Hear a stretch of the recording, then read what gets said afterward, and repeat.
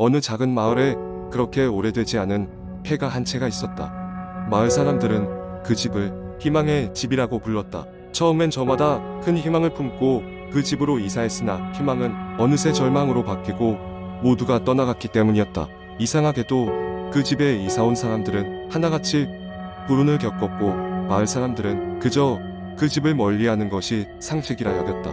하지만 도시에서 온 한 사진작가인 민수가 그곳에 관심을 가지게 되었다. 민수는 오래된 건물과 그 속에 숨겨진 이야기를 좋아하는 사람이었다. 그는 그 집이 그저 이상한 소문 때문에 방치된 채로 있다는 사실이 안타까웠고 그곳에 사진을 찍어서 사람들에게 알리고 싶다는 생각을 했다. 마침 그는 느긋하게 사진을 찍을 수 있는 시간적 여유가 있었고 기회를 놓치지 않기로 마음먹었다. 어느 흐린 가을날 민수는 카메라 장비를 챙겨 들고 그 집으로 향했다. 집 앞에 도착했을 때 그는 낡아 빠진 담쟁이와 깨진 창문으로 인해 그 집이 가진 스산한 분위기를 한층 더 실감할 수 있었다. 문을 열고 들어가자 쿰쿰한 냄새가 코를 찔렀고 손전등을 켜지 않으면 아무것도 볼 수 없을 만큼 어두웠다. 민수는 1층부터 천천히 둘러보기 시작했다. 거실에는 오랫동안 방치된 듯한 낡은 가구들이 원래의 주인을 여전히 기다리고 있는 듯 놓여 있었다. 흥미롭게도 그곳에는 누군가 급히 떠난 듯한 흔적들이 많았다. 마치 누군가가 급작스럽게 짐을 챙겨서 도망친 것처럼 보였다. 민수는 이러한 부분들을 하나하나 꼼꼼히 사진에 담았다. 2층으로 올라갔을 때 민수는 방문이 하나 열려있는 방을 발견했다. 그 안에는 오래된 장난감들과 낡은 인형들이 나란히 놓여 있었다. 그중 한 인형은 특히 그의 눈길을 끌었다. 그것은 피에로 모양의 인형이었는데 유독 실제 사람처럼 정교하게 만들어져 있었다. 민수는 인형에 가까이 다가갔고 그 순간 갑자기 차가운 바람이 방 안을 휩쓸고 지나갔다. 소름이 돋았다. 그러나 그는 이내 그 찬 바람을 무시하고 인형 사진을 찍었다. 계속해서 주변을 둘러보다가 민수는 다락방을 발견했다. 계단은 낡고 삐걱거렸지만 그는 조심스럽게 그 위로 올라갔다.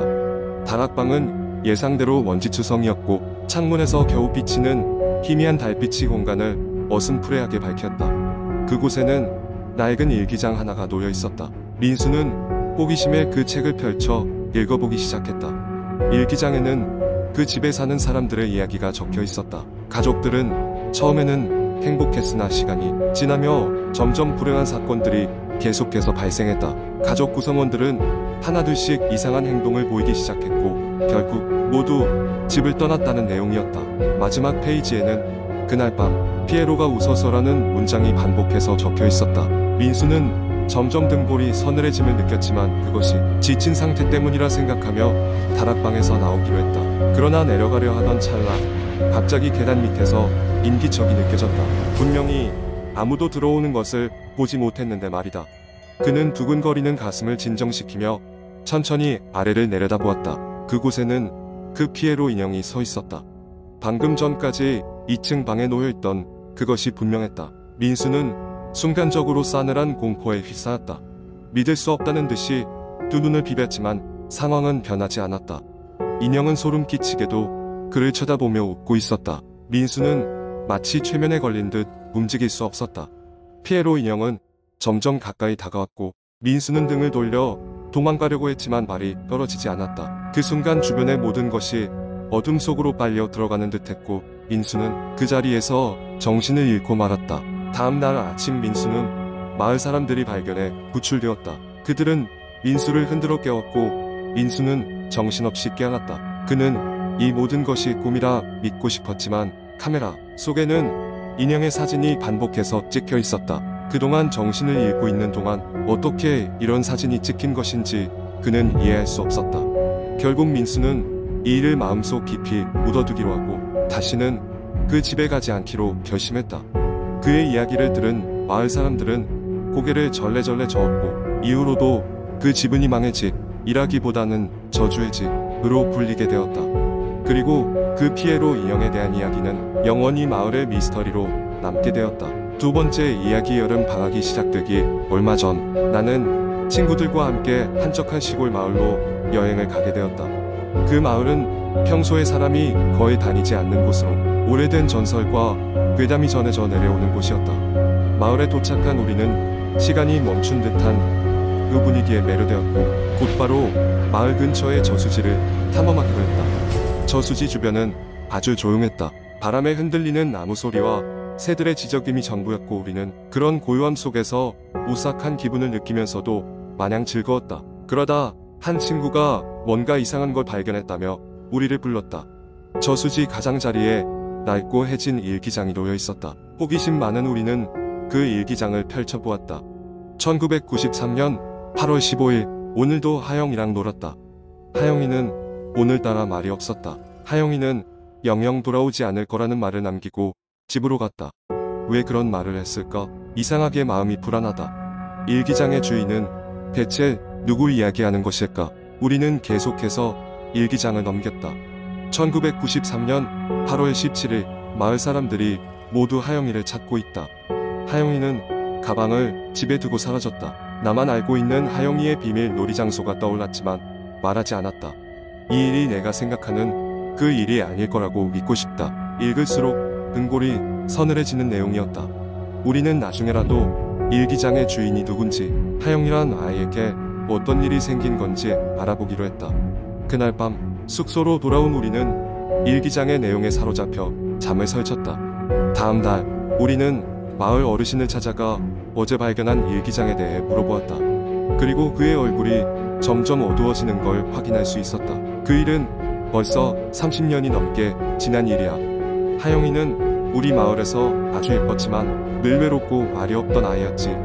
어느 날 아무 이유 없이 사라졌어. 사람들은 그녀가 저수지에 빠져 죽었다고도 하고 숲속 어디에 갇혀 있다고도 했어. 하지만 그 누구도 정확히는 모른단다. 이후로 마을 사람들은 저수지 근처에 잘 가지 않아. 우리는 일기장 주인이 누구인지 물어보았지만 어르신은 고개를 저을 뿐이었다. 그러나 그의 목소리에는 무언가 숨기고 있다는 느낌이 강하게 들었다. 우리 머릿속은 온통 그 일기장과 관련한 불길한 상상으로 가득 찼다. 며칠 후 우리는 용기를 내어 저수지를 다시 찾아갔다. 그때 한 친구가 저수지 물속에서 반짝이는 어떤 것을 발견했다. 가까이 다가가 보니 그건 오래된 목걸이였다. 아마도 하영이 것이 아닐까 추측할 수밖에 없었다. 마을을 떠나기 전날 밤 우리는 일기장에서 적혀있던 하영이의 비밀 놀이 장소를 찾아보기로 했다. 별빛만이 우리 주변을 비추고 있었고 기묘한 기운이 맴돌고 있었다. 숲속으로 들어가니 먼지에 덮인 낡고 작은 놀이터가 있었다. 그러나 주변은 기괴하게도 무미건조하고 식물들조차 자라지 않았다. 그 순간 어딘가에서 아이의 웃음소리가 희미하게 들렸다. 우리는 그 자리에서 얼어붙었고 등을 타고 흐르는 식은땀을 느꼈다. 웃음소리는 점점 더 생생해지고 가까워지는 듯했다. 도저히 버틸 수 없었던 우리는 놀이터를 빠져나와 필사적으로 마을로 뛰어 돌아갔다. 다음날 우리가 마을을 떠날 준비를 하고 있자 그 어르신이 찾아오셨다. 너희들 그 아이가 마을을 떠날 수 있도록 기도해 주려무나. 그 아이는 아직도 이곳에 홀로 남아있단다. 아무도 어디로 갔는지 모르지만 언젠가는 그녀의 흔적이 사라지기를. 우리는 무거운 마음으로 마을을 떠났다. 돌아오는 길 내내 하영이의 웃음소리가 귓가에 맴돌았고 마치 그녀가 지금도 우리를 지켜보고 있는 것만 같았다. 복잡한 감정과 알 수 없는 서늘함을 안고 우리는 도시로 되돌아갔다. 그 후 몇 년이 지난 어느 날 나는 각종 블로그와 카페에서 하영이에 대한 새로운 소문을 접했다. 마치 새로운 사람들이 그녀의 존재를 알아가기라도 한 듯 저수지에서 또다시 그녀의 흔적들이 발견되었다는 이야기가 떠돌았다. 끝나지 않는 하영이의 이야기는 아직도 그 시골 마을 어딘가에 머물고 있는 것만 같았다. 세 번째 이야기. 한국 인터넷 커뮤니티에는 다양한 공포썰이 존재하며 그중 일부는 사람들에게 오랫동안 회자되는 이야기들입니다. 이러한 공포 이야기는 흔히 인터넷 포럼이나 블로그, 카페 등에서 찾아볼 수 있는데 대부분은 경험담 형식으로 서술됩니다. 지금부터 하나의 공포썰을 길게 작성해 보겠습니다. 이 이야기는 내가 대학교 시절 코앞으로 다가온 중간고사를 준비하러 학교 도서관에 늦게까지 남아 공부할 때의 경험담이다. 그날은 평소와 다름없이 여러 친구들과 함께 도서관에 갔지만 피곤해진 친구들이 하나둘씩 집으로 돌아가기 시작했을 때 나는 아직 해야 할 공부가 남아 끝까지 도서관에 남았다. 시간은 어느새 장을 넘어서고 있었다. 도서관은 점점 조용해졌고 세상의 모든 소리가 사라진 것만 같은 정적이 감돌기 시작했다. 고개를 들면 곳곳에 아직 불이 켜져 있긴 했지만 대부분의 공간은 빈자리가 되어버렸다. 적막함 속에서 책상 위에 펴놓은 책들을 보며 나도 모르게 졸고 있던 그때 갑자기 조용했던 도서관에 무언가 물체가 끌리는 소리가 들렸다. 날카로운 금속이 바닥을 긁는 듯한 소리였다. 뭐지? 나는 의아한 마음에 살며시 고개를 들어 주위를 둘러보았지만 아무것도 보이지 않았다. 도서관 중앙홀은 여전히 조용했고 두근거리는 심장 소리만 더 크게 들릴 뿐이었다. 그리고 다시 공부를 시작하려는 찰나 그 끌리는 소리가 다시 한번 크게 들렸다. 이번에는 좀 더 가까운 곳에서 들려왔고 확실히 무엇인가가 움직이는 소리였다. 나는 경계하며 조심스럽게 자리에서 일어났다. 그런데 그 순간 위로 갑작스러운 인기척이 느껴졌고 무의식적으로 뒤를 돌아보게 되었다. 놀랍게도 내 등 뒤에는 아무도 없었지만 매섭게 추운 바람이 내 주변을 휘감고 지나가는 느낌이 들었다. 이미 나의 머리는 공포심으로 가득 차 있었고 서둘러 짐을 챙겨 도서관을 빠져나갔다.